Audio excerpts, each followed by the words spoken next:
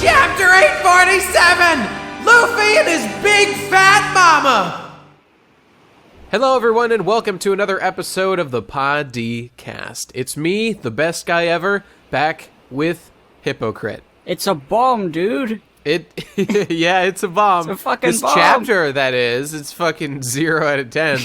Not good. No, not the You're right, chapter. so it's chapter 847, and yes, it was excellent. It was one of those very setup ramping up chapters. It's a ramping up of the setting up, and it's really cool, and it's my favorites. Well, I mean, the last one was also amazing. I'm just really pumped. Yeah, things are looking really good. We're seeing setup for things that are going to pay off, and we can speculate on how that's going to work out. And the first one is the one I have the least certainty about. So this chapter just starts with Chopper and Rabbit captured by Brule. Oh yes, Bropper. They're captured in Mirror World, and okay, I get it. Chopper is going to save Carrot. That'll be fine. But what is this leading to? Where are we going with this whole? Yeah, Chopper I don't know and, yet, but I think thing. I mean, unless maybe there's a mirror in the room and they're gonna smash through it by accident. I don't know. I mean, someone's gonna need to save Luffy and Nami, unless they can break out. But they'll probably need to be saved. Can break out. I think whoever uses that power to pin things into books has to be defeated or something. But yeah, probably. I feel like, you know, the thing with Brook happening, the thing with Chopper happening, that's going to collide somehow. And there's going to be a big hubbub while Big Mom's talking with the doing stuff. Actually, I don't know. Yeah. It's hard to, I mean, there's lots of things happening. I guess we could just walk through it for now. I feel pretty confident that it will all mean something eventually. I just have no idea exactly what. But that's we haven't seen them since they were just running around, and they've obviously had a fight, been captured. Chopper he's got a plan to escape. He's gonna turn small and then turn big with his thing, because it's been, he says 6 hours since he used the rumble ball Monster or whatever points. it is. Yeah. So he can use it again, and this is his chance to escape or punch somebody. I like all of Brulee's friends in their weird, Wonderland world in there. Did you notice that, the cauldron that she's stirring shit in, is alive, and it just looks like a bird face or something? He's adorable. Yeah, he loves cooking people. Yeah, it likes being all hot and on fire. Yeah, it's what it was born to do. I like the crocodile, too. He's, really naive. Yeah, he's funny. I don't know, I'm a little confused if these people, okay, so we saw that, the rabbit guy, he's real, Brule is real, but, there's, a dude there who looks like he's got, a stove top head, or, That's a stove just pipe head. a homie. I there's guess, a tree there and he's a cake got, there. a long arm. He's got, the extra arm joint of, the long arm tribe, but he's got these, wheels on his side, and there's homies there, and there's the crocodile. I'm just wondering, are these people real people, or are they, Mirror World people that don't really exist? I think I don't know. It's probably a mixture. What she said something about you're going to join Mama's collection of strange beasts. Right, to Chopper. So I was thinking at the time, that means the crocodile and the rabbit, they're strange beasts. They're, not quite animals, not quite devil fruit people or minks or whatever. Maybe. They're just weird but I mean, things. she's not interested in Carrot because she's just a run-of-the-mill mink, I would assume. Yeah. Whereas Chopper is a freak reindeer man. But, I mean, based on what we see in the next scene with Big Mom, I would assume that will be the fate of one who gets added to this collection. But, okay, so that's enough about this. Let's move on to the next part. Yeah, so there's Big Mom showing the Vinsmoke guys around, showing off with her book that holds living things with a nail. And let me say, first of all, that I already like Big Mom and her respect for books. She's just a whole new world. She really likes books. She's not like Luffy or Zoro, who, think reading is dumb. She's reading is fun, and everyone should do it. She's a real educator. She's sort of I like it. That sort of like a nice lady, but with, an evil twist to everything she does. She loves books, but she puts live people in there against their will. And looks at them and says, "Haha, look at that guy. He's weird." Yeah, but at heart, she just likes things, you know. That's definitely true, and I really think this is all going to work out in the end where we're going to be friends with her in some way or another. I think that's how it's going to play out. I feel like something like the Vinsmoke and the whole crew, like judge. Nobody has been evil so far. None of the Big Mom pirates have done anything like evil at all. Yeah, the Vinsmoke guys are definitely like reprehensible asshole guys, and I think especially since Judge offends Big Mom in some way, and he has like this sense of like having a secret plan to overthrow her or do something nasty with it, because he's got all this technology and this stuff, and he's got his whole kingdom right under her nose on the pretense of an alliance. But I feel like if he springs a trap or if he tries to get something, then it's going to be, Luffy and Big Mom versus Vinsmoke to get Sandy I agree. out. And plus, like, Big Mom is not shy about being like, yeah, like, I'm forcing my daughter to marry your son. I'm forcing this to happen because I want the power to take over the world. Like, she is not shy about these things the way Judge, his little cunt, is just like, I'm going to pull some sneaky shit. Yeah, what a gay butt. But anyway, this book of monsters is pretty cool.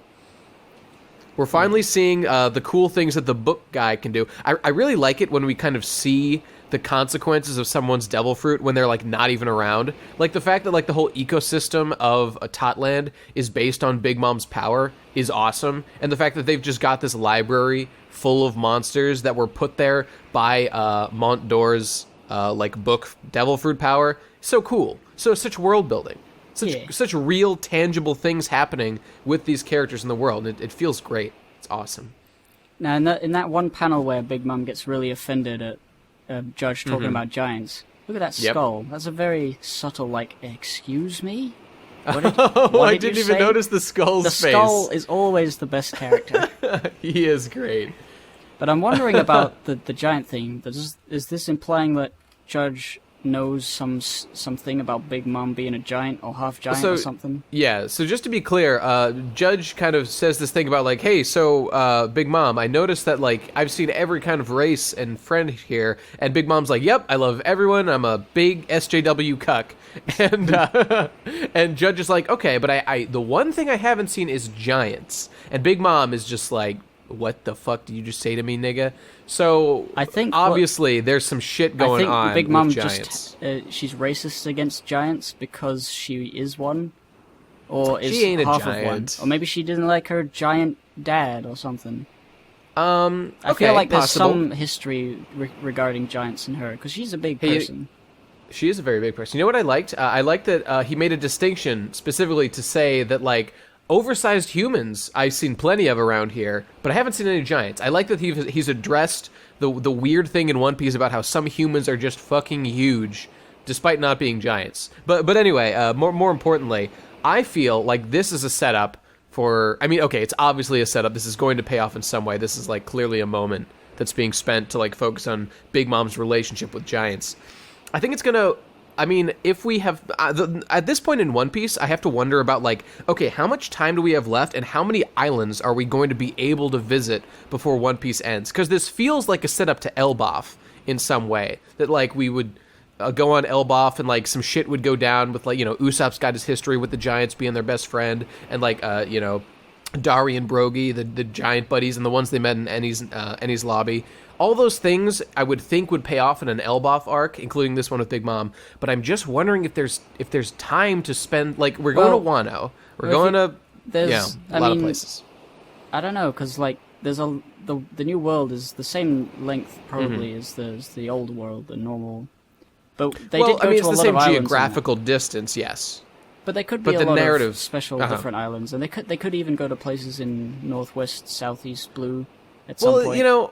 That's true, but I'm thinking about, like, things like Dressrosa, how, like, bloated that arc was, and I don't think that the others are going to be as... The amount of time left in the story to keep it feeling fresh. It's just that Oda has said, like, he's got 7 years left or whatever, and, like, Dressrosa took, like, 2 years or something. So, like, if that's the case, I'm just wondering how the math will check out. Did he say 7 years left until I die? He could die after One Piece, and he would be more successful. He would die drawing the last line of the last panel. Gum fuck, as he fucks Nami finally. Okay, well, anyway, so that's something to think about for people like me who obsessively think about One Piece and I think, how the time's going to work I mean, out. after 1.0, there's probably going to be an Elbaf arc, but what else could there be aside from then the Poneglyph, the end, the Yeah. Raftel arc? Or... Well, here's what we know is going to happen. So this arc's going to end. They're going to go to Wano probably immediately. I can't see them doing anything besides that. Once that's done, they have to go somewhere to find the fourth road poneglyph. That has to be done in some way. It From could be an there, I Elbaf. imagine. Okay, yeah. I mean, if that was an Elbaf, then that'd be cool. So that's an open slot, which could be a place for that to be done. And then there's, Raftel, and it's almost guaranteed there will be some sort of, like, end war arc where, like, shit goes down and big important things are happening. That's probably going to be, like, the final arc. I And feel then, like from this point, it's not gonna, like, settle down at any point. Like, Big Mom is gonna be Yeah. chasing Luffy and the Straw Hats if, they're not friends. Kaido is going to be everybody's going to be chasing and fighting everybody all the time until the end. I don't think it's going to be like a part where everything's fine. I think it's just going to keep escalating.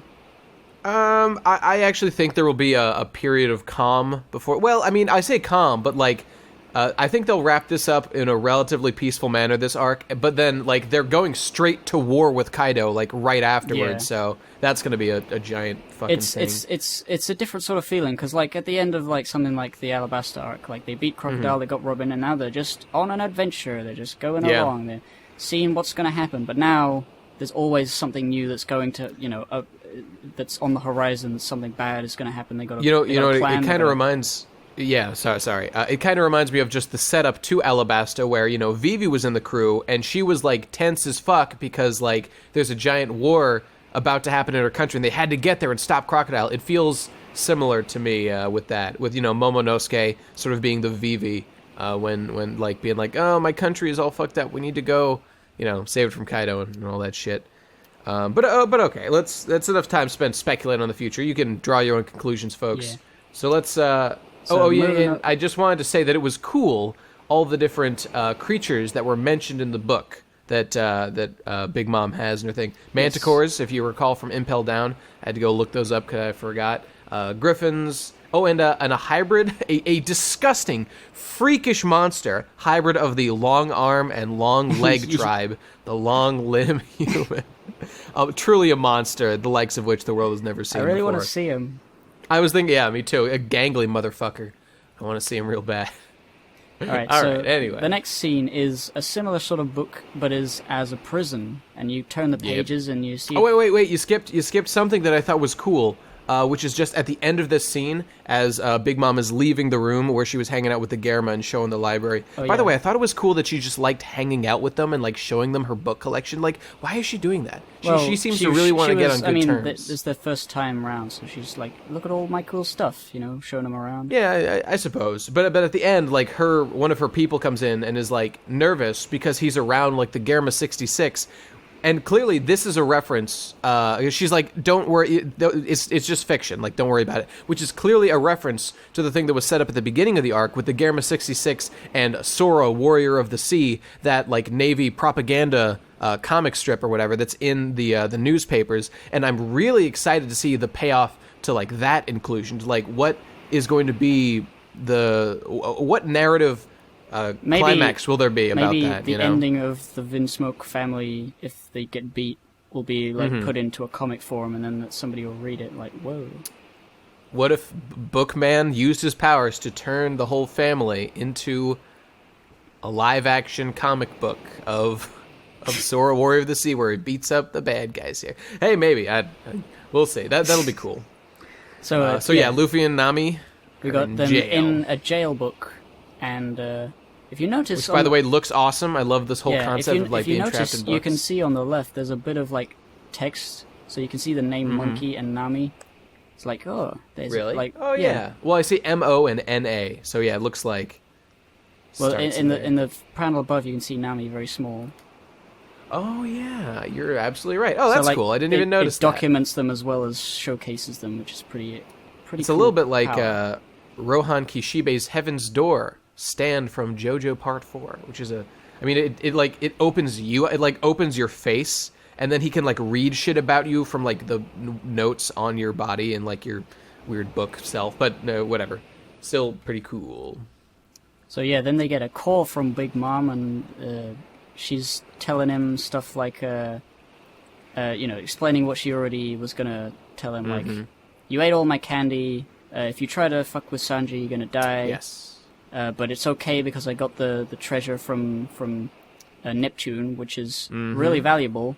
And if you remember way back, there was this one thing, she didn't know this, but there's a bomb in that thing. And you're referring to the Tamatebako. Yeah, which is a legendary treasure. I think it was the captain of the Fisherman Guard. I forget his name. Put it in there as a prank, bro. And that was the Minister of the Right. Yes, I believe, right? Yeah. He put it in there. I don't know whether he realized it was going to Big Mom until it was too late. I can't remember how it happened, but I remember. I believe they had. I think what happened was just that like they put it in there because it was empty. After the contents were stolen, I believe, and of course they were the pills that ended up in the hands of Hody Jones and the new Fisherman Pirates. Oh yeah, yeah. And they put a bomb just to like stop that shit from happening again. I guess not really a great plan, but that's what they did. But the thing that she says, what does she say? The national treasure. She's going to open it in front of everyone at the tea party. Man, I'm so freaking excited. That is going to be quite the event. I am looking forward to what happens then, because not only is it going to be a big explosion and people are going to get hurt, and it's going to be a big ruckus, but now it's going to be the reason that she's letting Luffy off lightly is because she got that treasure, and when she finds out it was a bomb, he's dead, unless something happens.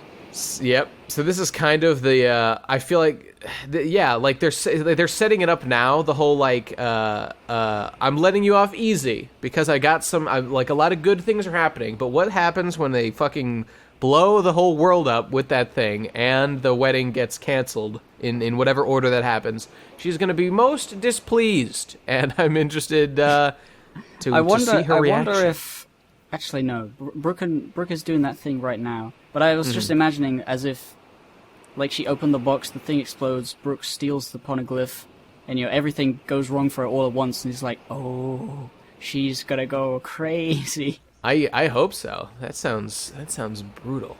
By the way, before we just get off of it entirely, I thought it was cool how Nami and Luffy are pinned to the wall, kind of like in an insect collection. How you put pins through, butterflies or whatever. You have a collection of them, and the live monsters in the book were being pinned in the same way, and they appear to be in no pain at all. So apparently, there's just like this painless pinning thing you can do, and pretty gruesome, but it's cool. It was very book themed.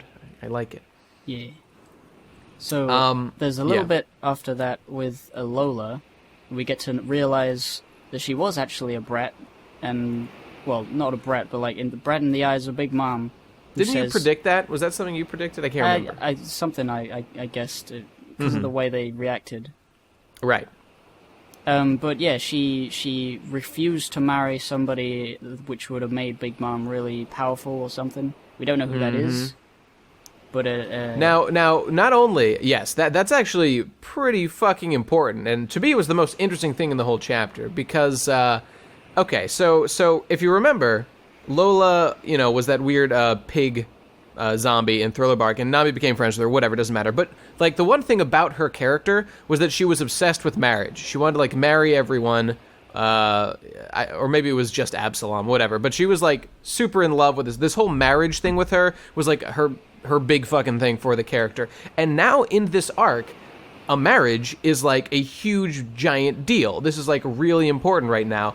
With Sanji's marriage, and Big Mom really wants to happen. It's really important to her. And now we're also learning that in Lola's past, like her fleeing a marriage that could have given Big Mom such important things was really important. It was like super plot relevant, and it's kind of like Oda is building from like the whole wedding theme of Lola, and like he's using this arc to kind of expand that. And I mean, I don't want to give him too much credit. I don't necessarily think he planned out everything that was going to happen with that, but it's cool to see her wedding, or her obsession with marriage, kind of getting this payoff where it has led to this kind of character development for Big Mom, where like, marriage is like a huge fucking deal and it's really important. And by the way, we know that it's so important and such an interesting thing, Lola's marriage, because Big Mom specifically says, like, if Lola had gone through, I hate Lola so much, because if she had gone through with this marriage,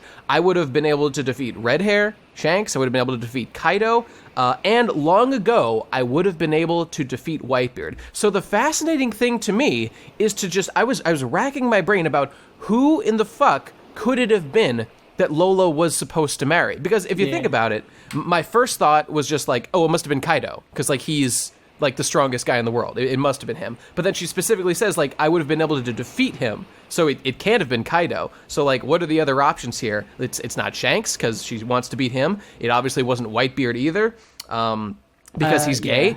Yeah. And like, just what are the other options? It wasn't Blackbeard, because Blackbeard wasn't famous at that point, so it couldn't have been him. And the only person I could think of was Dragon, and that really seems unlikely. So like, who could have possibly given Big Mom such power?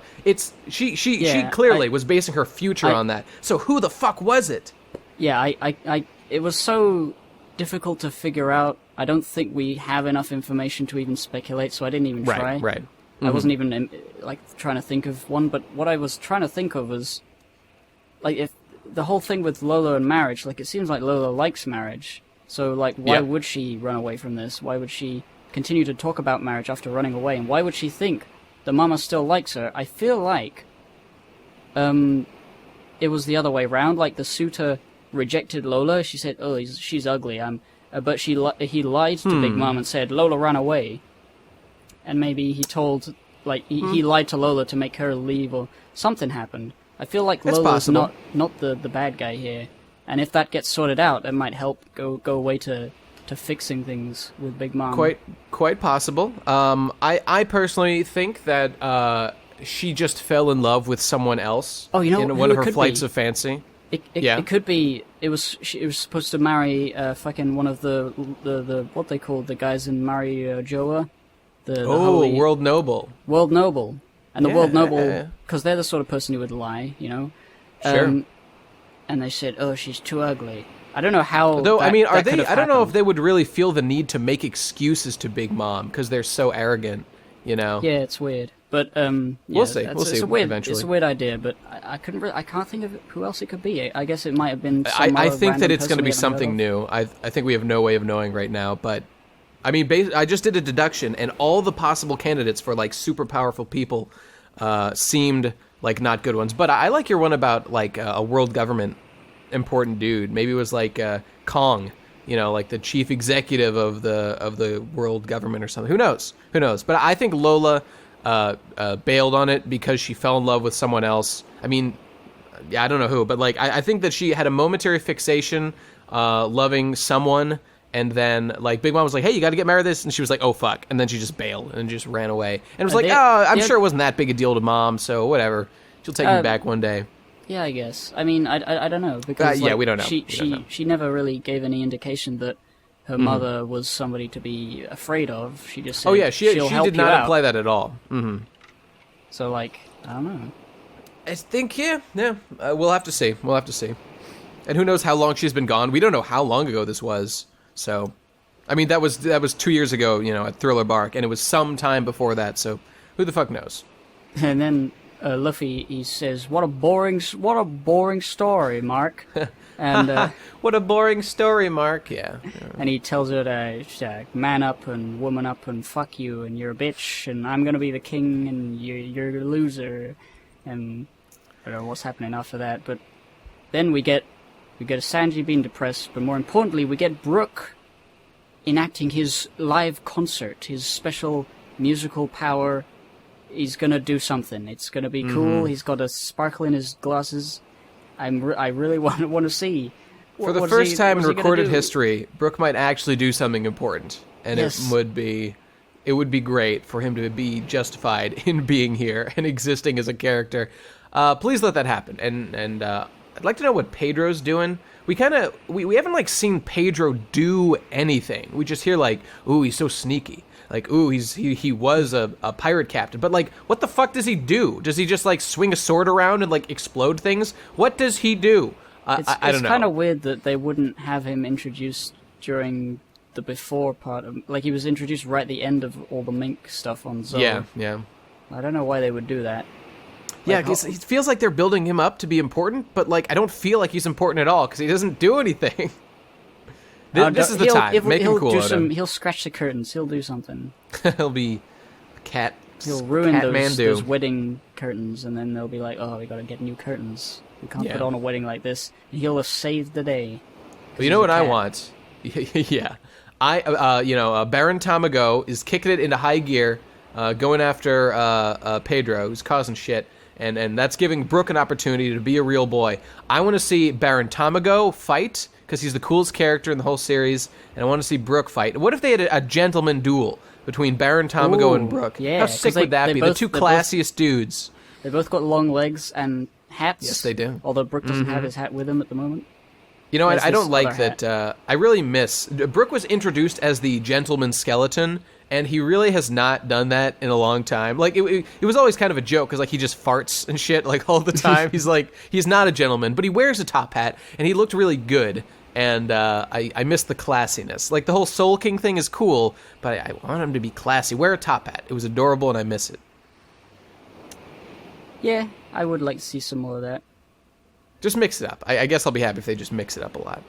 One more thing of interest in this chapter, though, as actually someone on Twitter just happened to send me this, but I had already planned on speaking of it. But this person, Zach Aldridge, or at Kit Catalamo, if you're reading, this was for you, buddy, because he sent me a message saying, like, check it out, Luffy is still missing the tooth. We're on, like, chapter 3 or whatever, since Luffy got his tooth knocked out, still missing. And I'm keeping a tally going. I believe this is chapter 3, since Luffy's lost that tooth. When's it coming back? Keep your eyes peeled, folks. It's going to happen.